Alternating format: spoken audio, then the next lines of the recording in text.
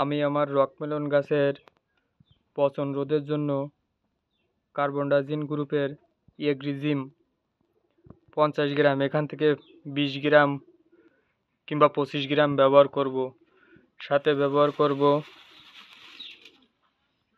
এইটা select plus. এইগুলো একসাথে মিক্স করে আমি স্প্রে দেব।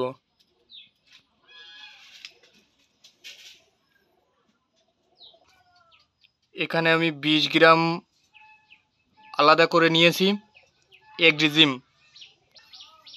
এখন আমি সিলেক্ট প্লাসটির 20 গ্রাম, এখানে 35 গ্রাম আছে, আমি 20 গ্রাম মানে 20 মিলি ব্যবহার করব। 20 মিলি ব্যবহার করব। এই যে কাপটি দেখা যাচ্ছে, এই কাপটি দিয়ে আমি মিলি মাপবো।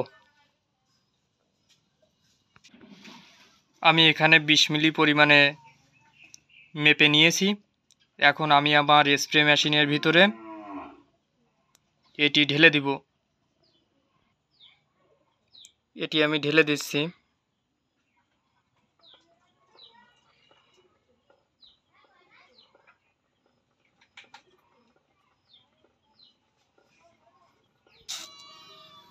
আমি এখন আমার ক্ষেতে স্প্রে দিচ্ছি।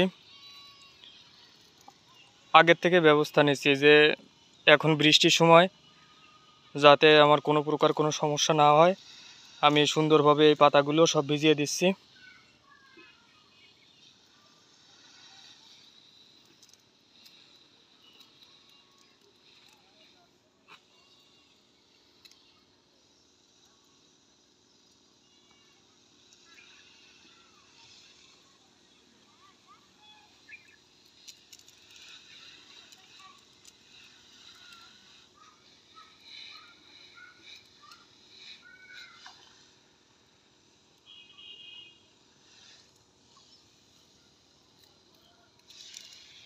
আমি এক হাত দিয়ে স্প্রে দিচ্ছি আর এক হাত দিয়ে ক্যামেরা ধরে রাখছি, যে কারণে হয়তো ভিডিওটা কেমন একটু নড়াচড়া করতেছে,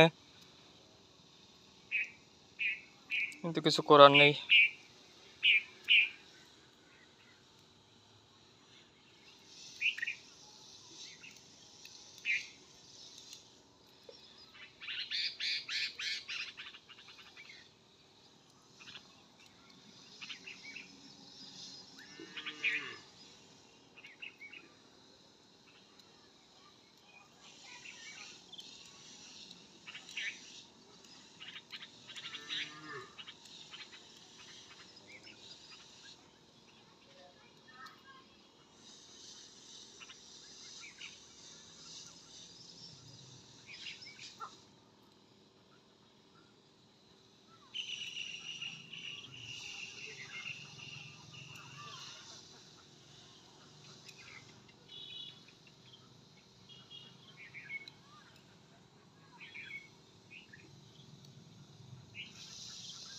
প্রিয় দর্শক সবাই দেখুন আমি কিভাবে গাছকে গোসল করিয়ে দিচ্ছি, মানে স্নান করিয়ে দিচ্ছি। এই স্প্রেটা খুব সুন্দরভাবে করতে হয়।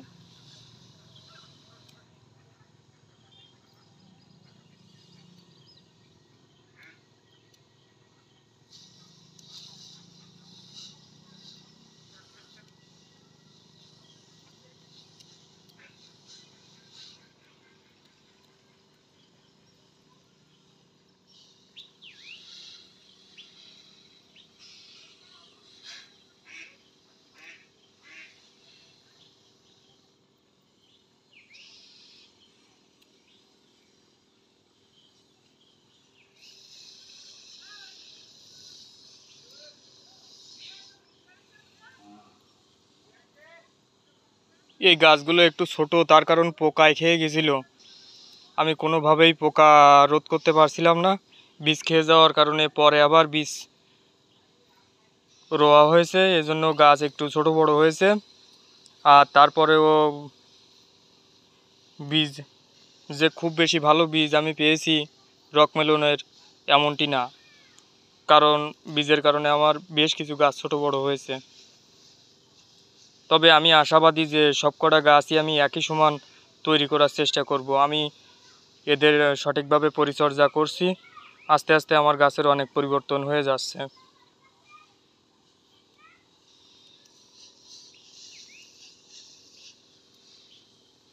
এখন সন্ধ্যার একটু আগে আমি স্প্রে দিচ্ছি। সন্ধ্যা হবে হবে প্রায়, এ সময়ই স্প্রে করা সবথেকে উত্তম।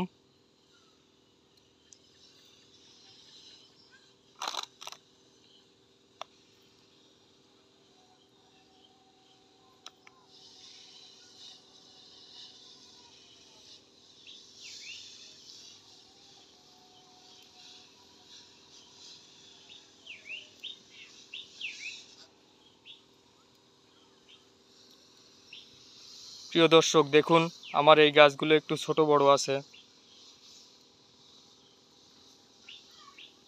কারণ বীজ পোকায় খেয়ে গেছিল।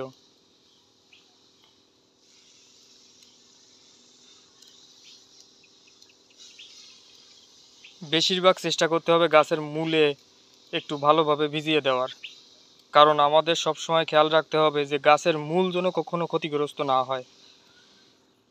মূলে পোকা পচন রোধ করতে হবে, কারণ গাছের মূল যদি সঠিকভাবে সুস্থ সবল থাকে তাহলে গাছে পরবর্তীতে পাতা ছাড়বে, সেই পাতার থেকে গাছের ডগা অনেক বড় বড় হবে, তারপরে ফুল আসবে, পরে ফল হবে।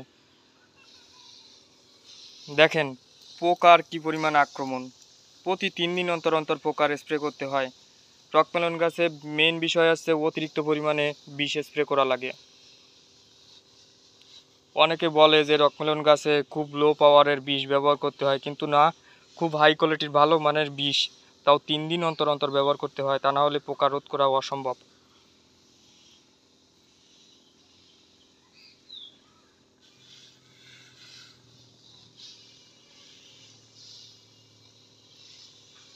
আমি আমার এই রাস্তার গাছগুলো একটু ছোট ছোট, এই জন্য আমি এদেরকে সঠিক ট্রিটমেন্ট করে বড় করব।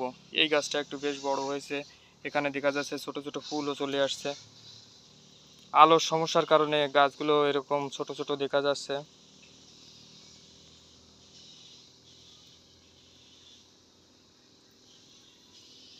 আলো কমে আসছে। আমি স্প্রে করছি আর এক হাতে মোবাইল দিয়ে দিয়ে ভিডিও করছি। যখনই অন্ধকার হয়ে যাবে তখন আমি মোবাইলের ফ্ল্যাশ লাইট জ্বালিয়ে ভিডিও করার চেষ্টা করব, তা না হলে স্প্রেটা কমপ্লিট করব। আমি একা একা যতদূর যা পারি করার চেষ্টা করি। নূতন এই চাষটি আমি করতেছি। আমি আশাবাদী যে এই চাষের যত আপডেট আছে সব আপডেটগুলো আমি দেওয়ার চেষ্টা করব।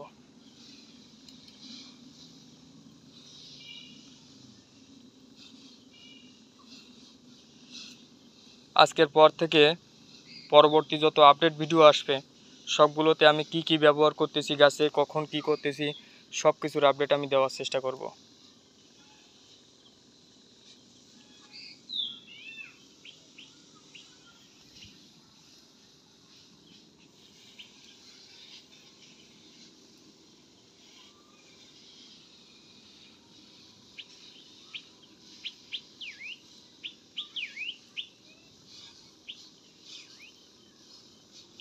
এই যে স্প্রেটা আমি এখন করছি, এই স্প্রেটা বৃষ্টি থেমে যাওয়ার পরে বা বৃষ্টি হওয়ার আগে এই স্প্রেটা করা সবথেকে উত্তম সময়, কারণ বৃষ্টিতে পচন নিয়ে আসে, বৃষ্টিতে রোগবালাই নিয়ে আসে। এই কারণে আগের থেকেই আমাদের সতর্ক হওয়া উচিত, আগের থেকেই আমাদের এই স্প্রেটা কমপ্লিট করে রাখা উচিত। সাম্বাম্বার রকমেলন গাছের মূল যে সমস্যাগুলো, সেই সমস্যাগুলোর ভিতরে আমি অনেকগুলো সমস্যা ফেস করতেছি। এই গাছগুলো ইউটিউবে আপনারা অনেক ধরনের ভিডিও দেখবেন, কিন্তু এদের পরিচর্যা সম্পর্কে তেমন কোনো ভিডিও দেওয়া নেই।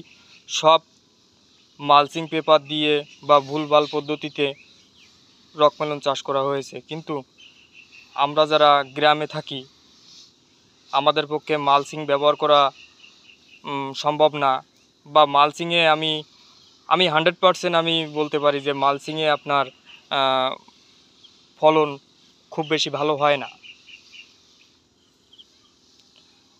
আমি এই যেভাবে রকমেলন চাষ করছি আমি সম্পূর্ণ আপডেট আপনাদের দেওয়ার চেষ্টা করব। আপনারা যদি আমার পাশে থাকেন, আমাকে সাপোর্ট দেন, আমাকে সাবস্ক্রাইব করেন, লাইক কমেন্ট শেয়ার করেন, আমি আশা করি প্রত্যন্ত এলাকায়, প্রত্যন্ত গ্রামে যত লোকজন আছে সবাইকে আমি এই রকমেলন চাষ অনেক সুন্দরভাবে শেখাতে পারবো।